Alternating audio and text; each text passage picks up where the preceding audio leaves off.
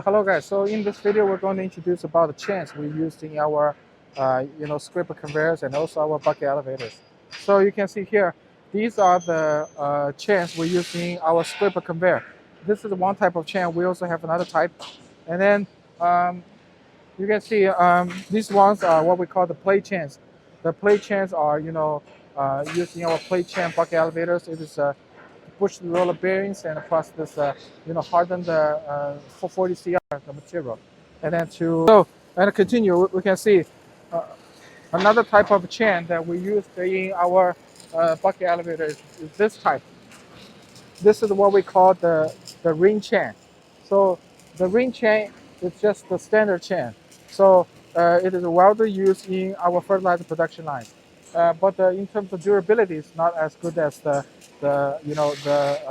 plate chain. So, and then the third type is what we call